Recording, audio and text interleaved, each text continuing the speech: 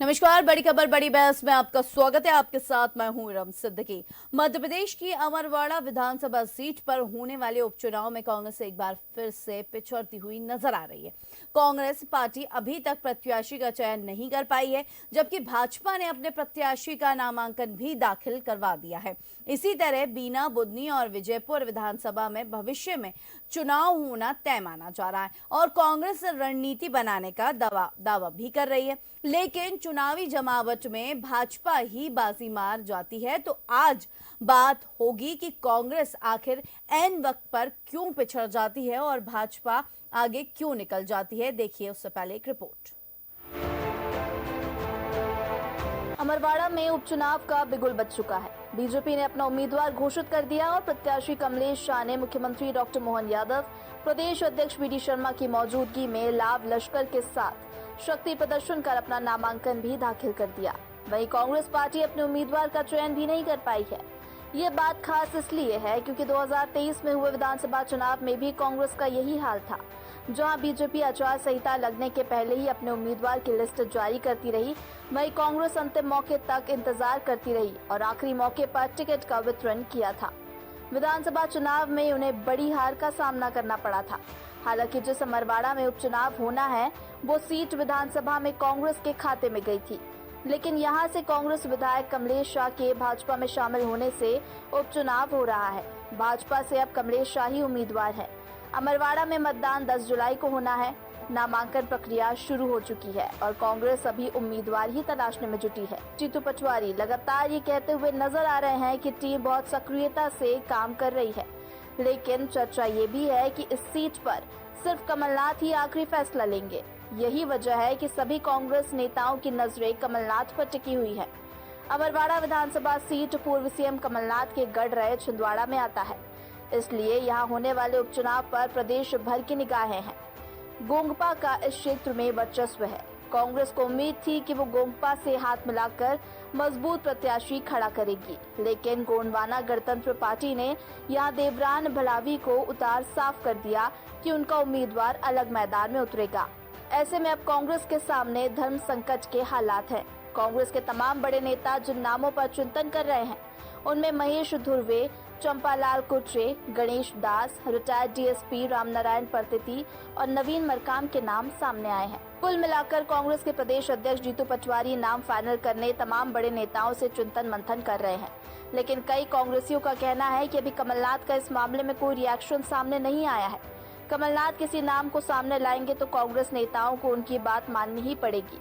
अब देखना होगा कि कांग्रेस कितना समय और प्रत्याशी चयन में लगाती है। अभी जो बीजेपी ने कैंडिडेट घोषित हुआ है, ये किसका कैंडिडेट था? ये तो कांग्रेस पार्टी का कैंडिडेट था।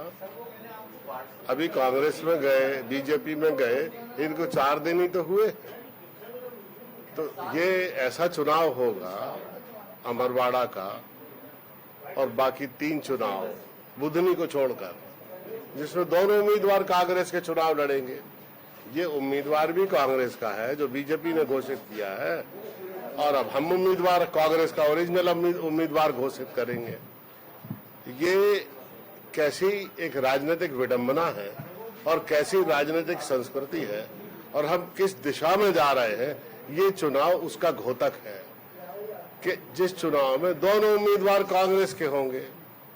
जो परिवार जिसकी मां कांग्रेस की विधायक रही, जो स्वयं 3 बार कांग्रेस का विधायक रहा, उसको बीजेपी ने उम्मीदवार बनाया है, तो 4 दिन पहले बीजेपी में चला गया है। तो ये भी कांग्रेस का ही है और हम अब कांग्रेस का ओरिजिनल उम्मीदवार डिक्लेयर करेंगे। तो इस चुनाव में दोनों उम्मीदवार कांग्रेस के लड़ेंगे। तो बिल्कुल बड़ी खबर बड़ी बहस में आज हम इसी मुद्दे पर चर्चा करेंगे। चर्चा के लिए पैनल से मैं आपका इंट्रोडक्शन करा देती हूं। पैनल पे आज हमारे साथ वरिष्ठ पत्रकार राजेश जौहरी जी जुड़े हुए हैं, साथ में बीजेपी से गुंजन चौकसी जी हमारे साथ जुड़े हैं, कांग्रेस से आपको बता दें समर सिंह हमारे साथ जुड़े हुए हैं। आप तीनों का बहुत स्वागत है बड़ी खबर बड़ी बहस में।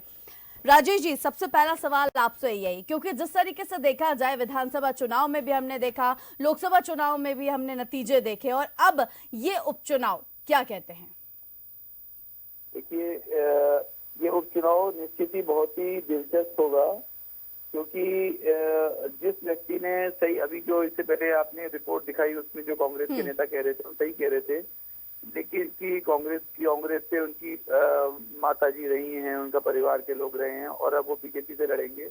लेकिन बड़ी बात ये है कि राजनीति में कोई दल बदल कोई नई बात थोड़ी है। जब से राजनीति शुरू हुई है अपने देश में तब से दल बदल जारी है, और एक बार दल बदल कर लिया किसी ने, किसी कारण से, जो उनका भाषण आया कि मैंने विचारधारा से प्रेरित होकर दल बदल किया है, अच्छा यहाँ पर कोई लालच वाली बात भी नहीं है। वो तो सिटिंग एमएलए अपनी जो एमएलए से उन्होंने त्याग पत्र दिया है, तो वो बात भी नहीं है कि कोई किसी तरह का लालच दिया होगा, किसी तरह कोई प्रलोभन होगा, जो इससे पहले वाले मामलों में लगता है, 22 विधायकों में लगता है। तो ऐसा लगता है कि अब ये चुनाव इसलिए इंटरेस्टिंग हुआ। लेकिन तीसरी चीज, जो गोंडवाना गणतंत्र पार्टी है, अगर अब उसका क्या रोल होगा उस पर बहुत कुछ डिपेंड कर रहा है, क्योंकि सोशल मीडिया पर अपन जिस तरह से देख रहे हैं, वो जो उनका जो उम्मीदवार है उसके बारे में काफी बातें हो रही हैं और काफी जो आदिवासी लोग जो हैं उसको सपोर्ट कर रहे हैं। अगर फिर से उसी तरह का कोई समीकरण बनता है तो फिर वो भाजपा के लिए बहुत अच्छा होगा। एक बात तो ये है। दूसरी ये है कि कमलनाथ जी भी, चूंकि अगर उन्होंने इंटरेस्ट लिया, क्योंकि जो उनके साथ जो कुछ भी हुआ है, उनकी जो ट्रेडिशनल सीट उनके हाथ से चली गई है, तो अब इतनी पक्की बात है कि वो भी कोई चुप बैठने वाले नहीं है। अगर उन्होंने इसको पूरे तरीके से अपना प्रेस्टीज इशू बनाया और दिन रात एक कर दिया इस सीट के लिए, तो हो सकता है बीजेपी को कोई तकलीफ आएगी। लेकिन सूत्रों के अनुसार अब कमलनाथ जी का इंटरेस्ट वहां बचा नहीं है। तो अगर कमलनाथ जी का इंटरेस्ट बचा नहीं है और यहाँ मुख्यमंत्री बार बार हर रोज दूसरे तीसरे दिन पहुंच रहे हैं, सारे मंत्री पहुंच रहे हैं, जितने भी जो भाजपा के दिग्गज हैं वो छिंदवाड़ा पहुंच रहे हैं, तो वो कहीं ना कहीं समस्या तो बढ़ेगी फिर। और इसलिए हमारे और आपकी लेकिन राजेश जी, यही स्थिति लोकसभा चुनाव में भी देखने को मिली कि कई दिग्गज वहां पहुंचे भाजपा के, लेकिन कांग्रेस की वही स्थिति, यानी कि एक गढ़ है कमलनाथ का, लेकिन उसके बाद भी कोई दिग्गज वहां नजर नहीं आए। क्या यही वजह हम माने लोकसभा चुनाव के नतीजों की भी? नहीं, वही तो दिख रहा है। प्रॉब्लम क्या आएगी कि कमलनाथ जी, जिस तरह से कमलनाथ जी ने अभी पिछले कुछ समय में एकदम से वो, अपन ये तो नहीं कहीं गायब हो गए, पर परिदृश्य से दूर हो गए एकदम से वो। तो उसके पीछे बहुत सारे कारण ये भी हैं कि उनको उस तरह का सपोर्ट नहीं मिला जैसे बीजेपी पूरी संगठित होकर लड़ी। कांग्रेस संगठित होकर नहीं लड़ी तो उसका नुकसान हुआ कांग्रेस को। और अभी भी वही स्थिति दिख रही है कि अगर कमलनाथ जी पूरे तरीके से लग जाएंगे तो भाजपा को चैलेंज होगा, पर अगर वो नहीं लगे, अगर उनको ये लगा कि अब ये तो अपने हाथ से निकल गई सीट, अब वो बंटी जो साहू जी जो वहां से जीते हैं वो कमलनाथ जी के सामने बहुत जूनियर हैं। अपन बेटे की तो बात ही नहीं कर रहे हैं, क्योंकि मुद्दा ये नहीं था कि नकुलनाथ लड़ रहे हैं, मुद्दा ये था कमलनाथ जी के बेटे लड़ रहे हैं और कमलनाथ जी का प्रेस्टीज इशू था। और एक सीट बचाने की जो उनकी कवायद थी और पूरी कांग्रेस की एक जो प्रेस्टीज इशू था कि एक सीट कैसे ही बचानी है, इसी कारण से ये चुनाव बहुत इंटरेस्टिंग हो जाएगा। चलिए समझिए, आपसे जानूंगी, क्योंकि जिस तरीके से देखा जाए, चुनावी जमावट की बात की जाए तो भाजपा हर बार बाजी मार जाती है, लेकिन वहीं कांग्रेस पीछे रह जाती है। क्या कुछ कारण बताए जा रहे हैं? जैसे कि राजेश जी ने भी अभी कहा कि दिग्गज कहीं नजर नहीं आ रहे, कमलनाथ का गढ़ है वो खुद ही नजर नहीं आ रहे छिंदवाड़ा में। नहीं, ऐसा बिल्कुल भी नहीं है। कमलनाथ जी, नकुलनाथ जी दोनों ही छिंदवाड़ा में सक्रिय हैं। ये बातें झूठी हैं, क्योंकि कोई भी व्यक्ति 24 घंटे नकुलनाथ जी या कमलनाथ जी के पीछे नहीं रहता होगा जो पता है कि वो छिंदवाड़ा से बाहर है, छिंदवाड़ा के कार्यकर्ताओं से और नेताओं के संपर्क में नहीं है। पहली बात। दूसरी बात यह है कि छिंदवाड़ा में जो बीजेपी ने प्रत्याशी घोषित करा है, तो वाकई में अगर जिस दिन अगर आपकी प्रत्याशी की नॉमिनेशन की डेट आ जाती है तो कभी भी कोई भी पॉलिटिकल पार्टी कर सकती है, हमको उसमें कोई आपत्ति नहीं है। 35 स्टार प्रचारकों की लिस्ट दे दी, हमने उसमें भी कोई आपत्ति नहीं है। लेकिन उनके इतनी जल्दबाजी करने का हमें एक अनुमान ये लग रहा है, जिस प्रकार लोकसभा चुनाव के अंदर ये अति उत्साह के साथ में 400 सीट लाने वाले थे, इनका ओवर कॉन्फिडेंस जो ध्वस्त हुआ है, ये उसी का एक डैमेज कंट्रोल वही विचार के साथ में ये छिंदवाड़ा के अंदर और अमरवाड़ा के अंदर चुनाव लड़ना चाह रहे हैं कि ऐसा ना हो कि उसका जो असर है वो यहाँ पर दिखने लगे। उसको चीज को ओवर रूल करने के लिए, उसको दरकिनार करने के लिए, आशंका को दूर करने के लिए अभी से ही बीजेपी ने तैयारी चालू कर दी है। उसमें कांग्रेस की कोई आपत्ति नहीं है। जहां तक बात है कि कांग्रेस पार्टी ने अपना प्रत्याशी अभी तक घोषित नहीं करा है, तो हर पार्टी की एक पॉलिटिकल स्ट्रेटेजी होती है, और चूंकि हमारी पार्टी जो है वो संवैधानिक तो पार्टी मतलब है। नाम हम कार्यकर्ताओं के लिए- समर जी, नाम नहीं घोषित करना ये भी आपकी स्ट्रैटेजी का एक हिस्सा है यानी कि?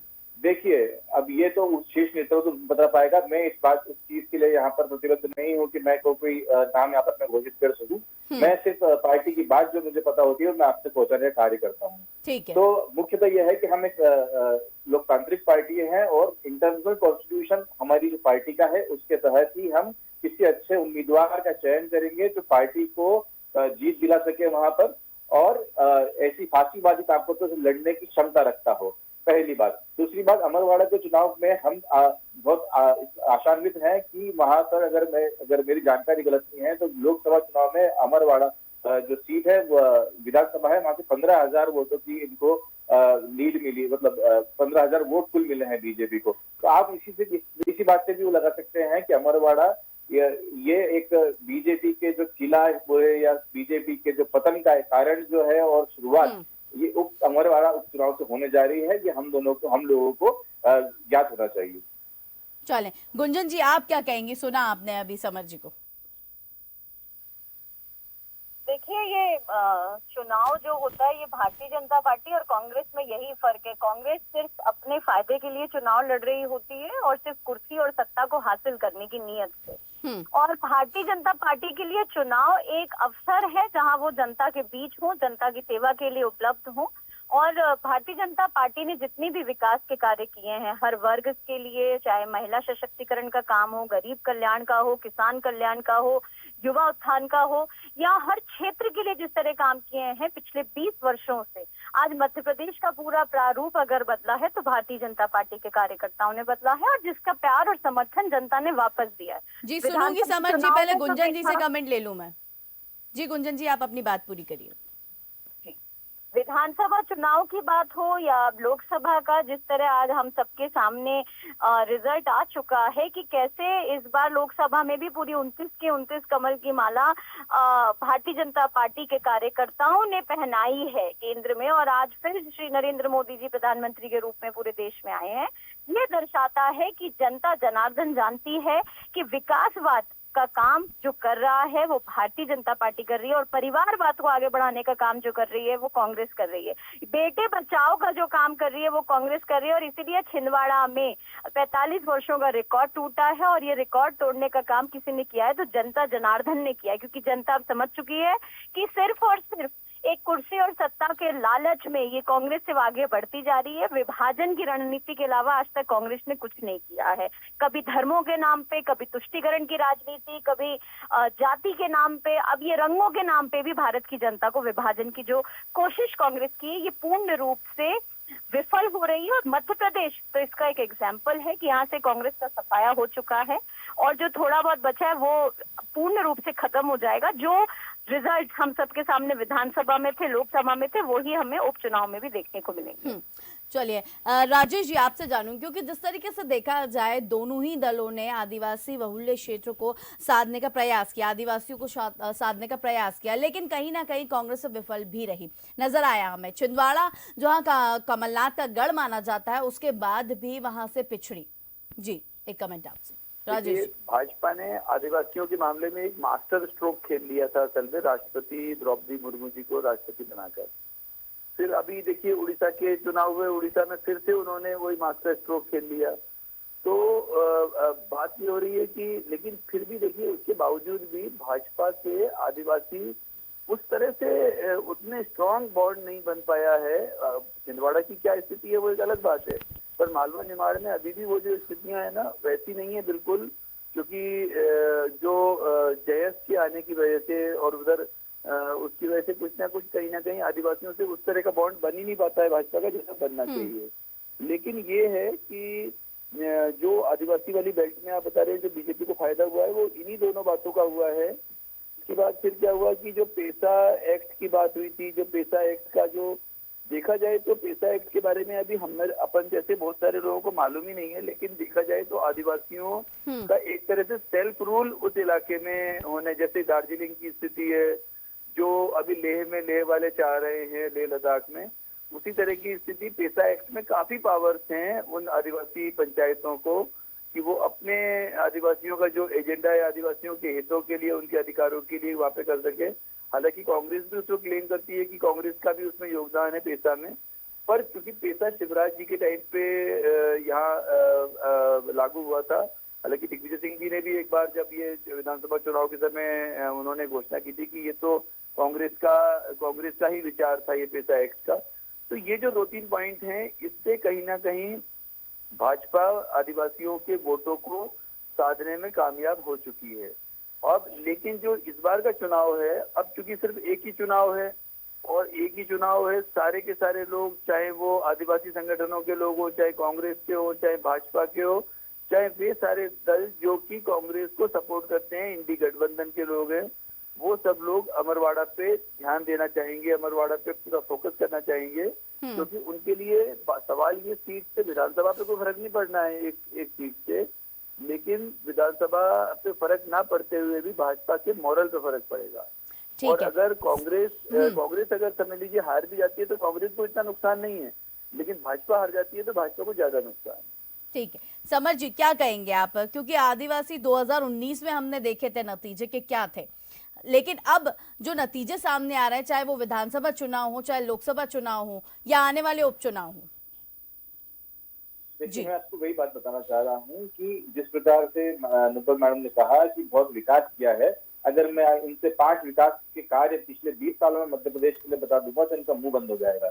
ठीक है, मैं अभी बता दूंगा, सिर्फ इनकी बात में एक ही जवाब होता है, रोडे। हमने रोडे बनाई है, रोडों के अलावा कुछ नहीं करा है। विकास के अंदर अगर शिक्षा एकदम द्वयम दर्जे पे पहुंच गई है, स्वास्थ्य की कोई गारंटी यहाँ पर नहीं बची है, युवा बेरोजगार है। 2017 के बाद में, लेकिन समर जी फिर भी तो जनता ने भरोसा भाजपा पे ही जताया। आप चलिए आप विकास की बात कर रहे हैं, समर जी आप विकास की बात कर रहे हैं, लेकिन लोकसभा चुनाव के नतीजे हमने देखे, आप ईवीएम पर उंगली उठा रहे थे, उसके बाद भी नतीजे हमारे सामने हैं। लोकसभा के चुनाव के नतीजे आपने पूरे भारत में भी देखे होंगे फिर तो मैडम। अरे अभी आप मध्य प्रदेश की बात कर रहे थे, अब आप भारत की बात कर रहे हैं। अभी आपने लोकसभा बोला, तो मैं चले हम भारत के उद्देश्य से बात कर ही नहीं रहे, हम तो सिर्फ मध्य प्रदेश की बात कर रहे हैं यहाँ पे। हाँ, मध्य प्रदेश के अंदर मैं आपको बताता हूँ मैडम कि मध्य प्रदेश के अंदर इस प्रकार से ध्रुवीकरण की राजनीति इन्होंने करी, और जो बोल रही है मैडम कि हमने थोड़ा तोड़कर हम लोग कर रहे, तोड़ने का काम कांग्रेस पार्टी का नहीं। कांग्रेस पार्टी ऐसी पार्टी जिसने 70-80 सालों से भारत को जोड़ के रखा है, और आज ही अभी जो लोकसभा चुनाव हुए हैं उसके अंदर अगर हम पुरजोर तरीके से नहीं करते तो 400 सीट लाकर आप एक तरफा कॉन्स्टिट्यूशन को बदल देते। तो हमने आज भी अपने ऊपर पूरा दरबदार लेकर, और कांग्रेस पार्टी पूरी सशक्तिकरण के साथ, तो शक्ति के साथ इस चीज में लगी है कि हम किसी भी पार्टीवादी ताकत को हिंदुस्तान के अंदर बढ़ने नहीं देंगे, और इसी प्रकार से आपको कॉन्स्टिट्यूशन बदलने नहीं देंगे। आप बात कर रहे हो आदिवासियों की, आप आदिवासियों के ऊपर मूत्र त्याग करते हैं तब आपको नहीं पता चलता। अब आदिवासी महिलाएं बुधनी के अंदर लड़कियां इच्छा मृत्यु की मांग कर रही 6 महीने पहले, अगर आपने वो खबर पढ़ी हो तो। किस प्रकार की आपने महिला सशक्तिकरण की बात करी। उज्जैन के अंदर एक नाबालिग बालिका 5 किलोमीटर नग्न हालत में खून से लथपथ घूमी आपके कार्यकाल के अंदर, तब आपका मुंह नहीं खुलता है। आप बात करते हैं हमने महिला सशक्तिकरण, हमने युवा रोजगार के उसमें क्या करा आपने, बताइए कौन सी फैक्ट्री आपने यहाँ पर लगाई है। समर जी आप मेरे सवाल से भटक गए। मेरा सवाल था आदिवासियों से, अभी तक ऐसी आदिवासियों से क्या नाराजगी है अब कांग्रेस की कि आदिवासी भरोसा नहीं कर पा रहे कांग्रेस के ऊपर। कमलेश शाह की अगर हम बात कर रहे हैं तो करीबी माने जाते थे कमलनाथ के, उन्होंने भाजपा का दामन थाम लिया। आपको क्या लगता है क्या होगा कारण उनका दामन थामने का? आपसे पूछना चाह रही हूँ, मैं कारण बता दूंगी तो फिर कैसे काम चलेगा? मैं प्रश्न के हिसाब से उत्तर चाह रहा था मैडम कि क्या कारण होगा, क्या उनको भाजपा की रीति नीति अच्छी लगने लगी? 20 साल से उनके परिवार वाले जो लोग हैं वो आज विधायक की पोस्ट पर थे, एकदम से क्या हुआ ये मैडम कि 17 करोड़ की जांच बैठ गई। हुआ ये कि उनकी पत्नी का नाम उस कांड में आ गया। हुआ ये कि हो सकता है कि दोनों पति पत्नी में से किसी को जेल हो सकती थी। हुआ ये कि ईडी और सीबीआई का डर था। और हर गुंजन जी जवाब देना चाहेंगी बात का समर जी की? देखिए, ये जिस तरह पहले तो लोकसभा चुनाव से जब इनसे सवाल करते मध्य प्रदेश की जनता इनको क्यों इनके साथ नहीं है, तो ये उसका जवाब नहीं दे पाते हैं। कहते हैं कि मध्य प्रदेश में भारतीय जनता पार्टी ने कुछ किया है मध्य प्रदेश के अंदर, लेकिन आप ये नहीं बोल सकते कि मध्य प्रदेश में कांग्रेस को एक वोट नहीं मिला। कांग्रेस को चाहने वाले अभी भी इस देश के अंदर है, इस मध्य प्रदेश में है। बस ये होता है कि कुछ वोटों के अंदर से कोई जीत जाता है। आपने सिर्फ और सिर्फ भ्रष्टाचार के अलावा कुछ नहीं किया है।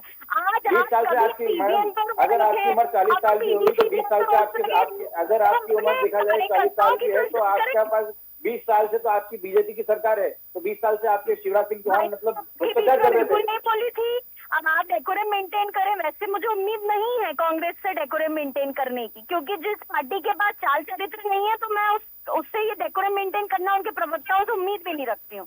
फिर भी अगर मैं आपके बीच में मैंने नहीं टोका चलिए है, समझ जी, हम एक बार सुन लेते हैं गुंजन जी की बात, मैं आपसे भी जवाब आप लूंगी। किसी के चरित्र पर एक प्राइवेट वो नहीं करेंगे, पहली बात ये ध्यान रखिए। आप बीइंग अ आप कांग्रेस मेरे आपकी बीच में मर्यादा में बिल्कुल रहिए। ना बोले। तो हाँ, मैं आपके बीच में नहीं बोल रहा हूँ, मैं आपके बीच में, लेकिन आप कोई भी इंडिविजुअल हमला नहीं करेंगे।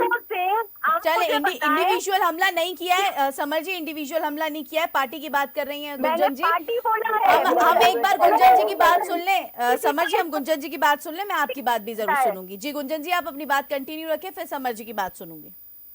देखिए, ये जनता जनार्दन भी देख रही है। आज आपने जो सवाल किया तो इन्होंने उनकी पत्नी का और पता नहीं कितने लाछन लगा दिए उस नेता पे।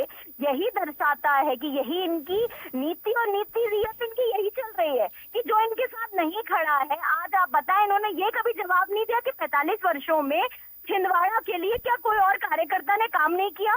क्यों एक ही परिवार में वो कुर्सी का आदान प्रदान होता रहा? कभी उनकी पत्नी, कभी कमलनाथ जी, कभी कमलनाथ जी के बेटे। क्या कांग्रेस में और कोई कार्यकर्ता नहीं था? ये कांग्रेस का जो दुखी कार्यकर्ता है, जो आज राष्ट्रहित के बारे में सोचता है, वो भारतीय जनता पार्टी के दामन थामता है। जो विकसित राष्ट्र के बारे में सोचता है, वो भारतीय जनता पार्टी में आता है। जो संस्कार और सनातन के बारे में सोचता है, वो भारतीय जनता पार्टी में आता है। लेकिन जो दूसरी तरफ ये आदिवासी की बात कर रहे थे, आप मुझे जवाब दें, जब संविधान के सर्वोच्च पद पर एक आदिवासी महिला द्रौपदी मुर्मू जी का नाम का चयन हुआ था, तो ये कांग्रेस वाले थे जिसने विरोध किया था। ये जवाब देना पड़ेगा इन्हें कि जब इनकी 15 महीने की सरकार बन गई थी 2018 में, उस 15 महीने में इन्होंने क्या किया था? आदिवासी के हित में जितनी योजनाएं चल रही थी उन्होंने बंद कर दिया था। आदिवासी महिलाओं के खाते में 1000 रुपए जाते थे, वो योजनाओं को इन्होंने बंद कर दिया था। ये आदिवासियों के खिलाफ खड़ी है तो कहां से आदिवासी इनके साथ देंगे? ये महिलाओं का, इन्होंने अभी महिला अपमान की बात करे। देखिए, महिला का अपमान और महिला के खिलाफ अपराध ये बहुत संवेदनशील मुद्दा है, इस पे राजनीति नहीं होती और ये जहां भी हो रहा है उसे रोकना काम है जनता जनार्दन का, सरकार का। लेकिन ये जवाब देते इनके नेता महिला अपमान करते फिरते हैं, तब ये इनके पास जवाब नहीं है। जब ये आदिवासी विरोध में खड़े हैं, जब ये महिलाओं के विरोध में खड़े हैं, जब ये गरीबों के खिलाफ खड़े हैं। चलिए, तो एक समय का अभाव है गुंजन जी, छोटा सा कमेंट समर जी से भी लेना चाहूंगी। समर जी, आप अपनी बात बोलिए। मैं आपके द्वारा लगाए कांग्रेस पार्टी पर सारे आरोपों को झूठा और बेबुनियाद ठहराता हूं। जो आपने कहा कि कांग्रेस ने द्रौपदी मुर्मू जी के राष्ट्रपति बनने का विरोध करा, ऐसा कोई भी डॉक्यूमेंटेड एविडेंस है तो आप अभी पेश करें। दूसरी बात यह है कि 15 महीने की हमारी सरकार में हमने 15 महीने की सरकार में कौन सी पेंशन बंद करी, आप ये मेरे को बताइए। आप जो व्हाट्सएप यूनिवर्सिटी से ज्ञान लेके आती है ना मैडम, उसको थोड़ा सा आप है ना टेली करिए, ठीक है? उस किताबों से पढ़िए। व्हाट्सएप यूनिवर्सिटी से देश नहीं चल पाएगा। आप ही लोग हैं जो बोलते हैं, बीजेपी वाले ही लोग ये बोलते हैं जो हमको आजादी मिली है वो 100 साल की लीज पर मिली है। तो प्लीज ये जो फेक प्रोपेगेंडा फैलाने की कोशिश कर रहे हो ना आप ऐसा मत समझिए। कांग्रेस का जो कार्यकर्ता, कांग्रेस के व्यक्ति है, वो बहुत एजुकेटेड है और सब चीज समझ कर पढ़ कर आता है। आपके जैसे हवाई फायर नहीं करता है कि व्हाट्सएप पे पढ़ लिया कि हम। आप बताइए कब करा हमने द्रौपदी मुर्मू जी का? आप एक डॉक्यूमेंटेड फैक्ट सामने रखिए, मैं आपकी बात को।